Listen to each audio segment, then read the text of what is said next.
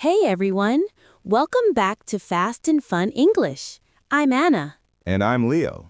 Thanks for joining us again. Today we're going to talk about one small phrase that sounds positive but often means the opposite. Oh, that sounds interesting. What phrase? The famous one, I'll try. Ah, yes, the I'll try trap. Exactly.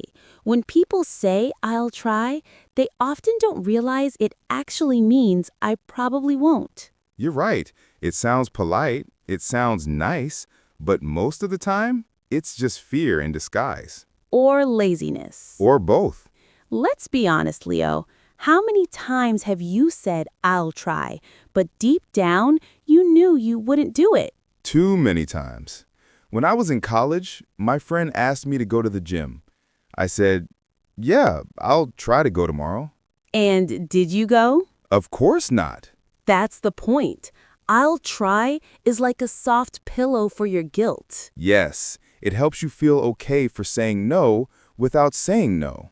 It's a polite way to quit before you even start. The worst part, you trick yourself into believing you might do it. Right. You give yourself hope, but no commitment. I'll try sounds like action, but it's really a delay. So why do we say it? Good question. I think there are three big reasons. Okay, reason number one. Fear of failure. We say, I'll try, because we're afraid we might fail if we say, I will. That's true. I'll try feels safer. Right. If we fail after saying, I'll try, we can say, well, at least I tried. But did we really? Usually not. What's reason number two? Lack of commitment. We're not sure we want to do it. So we use I'll try to keep one foot out the door. Like saying, I'll try to eat healthy while ordering pizza? Exactly.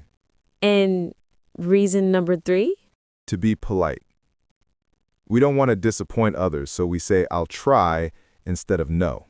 Yes, but in the end, we still disappoint them. True.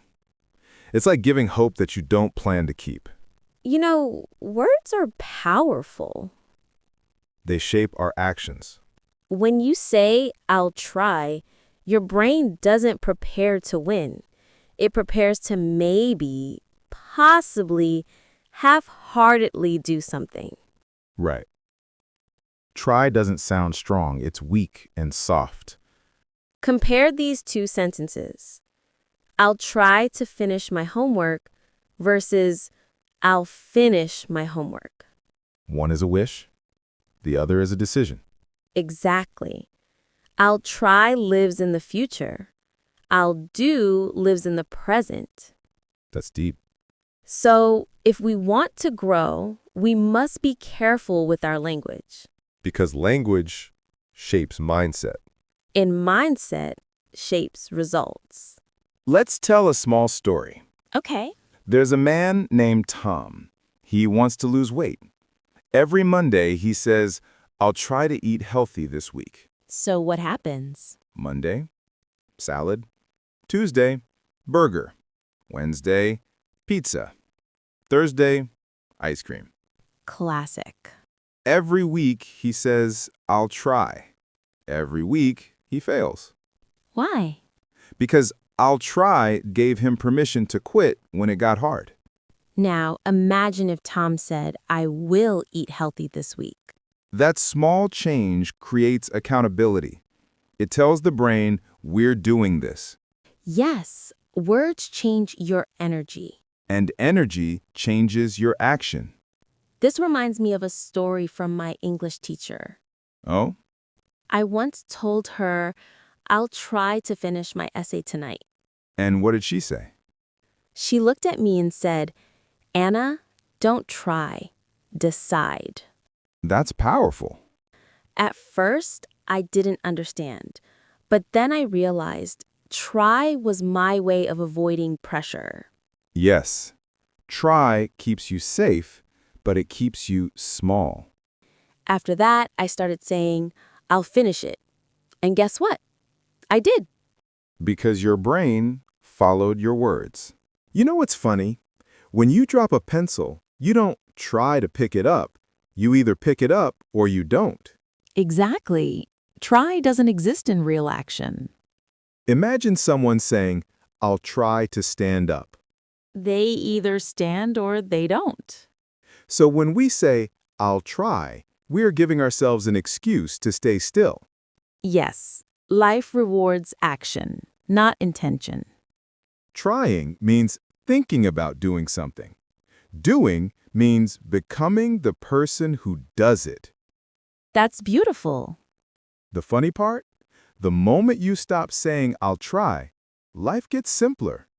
You stop arguing with yourself. You just do it. I think I'll try often hides fear. Fear of not being good enough.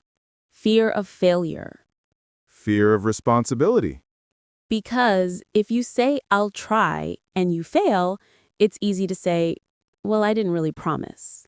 Yes, but when you say, I will, now it's your word, your name, your integrity. And that's scary, but that's also how we grow. So maybe the real lesson is, stop protecting yourself with try. Be brave enough to commit. Imagine this. Okay. You're at a restaurant. You ask the waiter, can you bring my food soon? And he says, I'll try. Oh no. That doesn't sound good. Right? You know it's not coming soon. That's exactly how I'll try sounds to others when we say it. It doesn't build trust. It builds doubt. If you want people to believe in you, don't try. Say what you'll do and then do it. That's how respect is earned, with consistency, not attempts. Scientists say our brains respond to words emotionally. Really? Yes. When you say, I'll try, your brain doesn't commit to a clear goal. It prepares for possible failure. So the word try already contains doubt. Exactly. It's like planting a seed of hesitation. But when you say, I will, your brain starts looking for solutions, not excuses. That's why successful people speak with certainty. Not because they're never afraid, but because they train their brain to focus on action.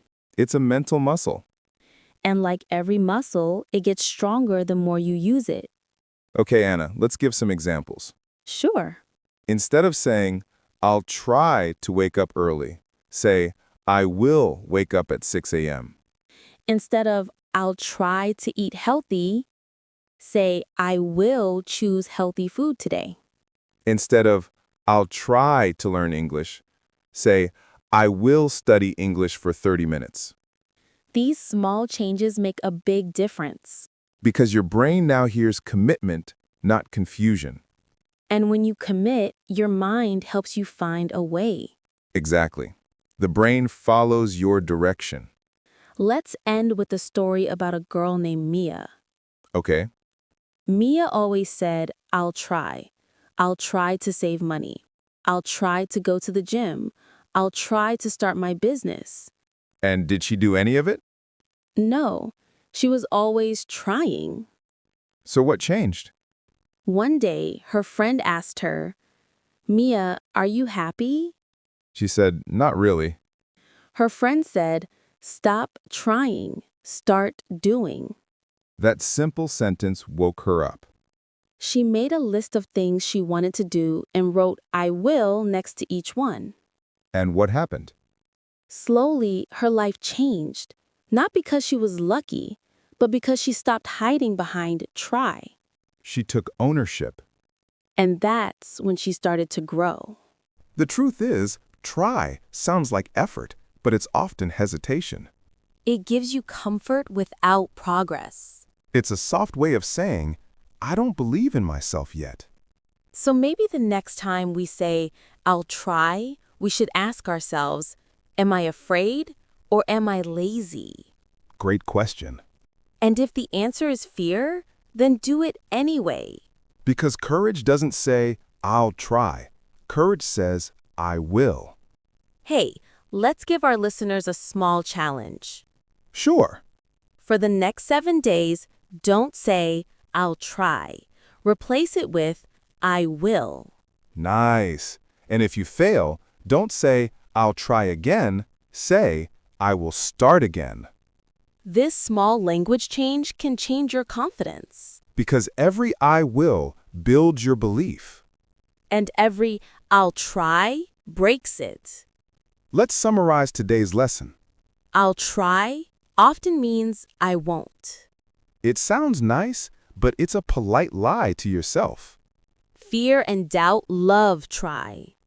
Growth and success love I will.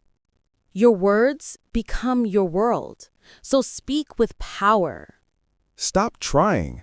Start deciding. Stop wishing. Start acting. Because when you say I will, you open the door to possibility. And that's it for today's episode of Fast and Fun English. We hope this helped you think about your words in a new way. Remember, try is easy. Do is powerful. You are capable of more than you think.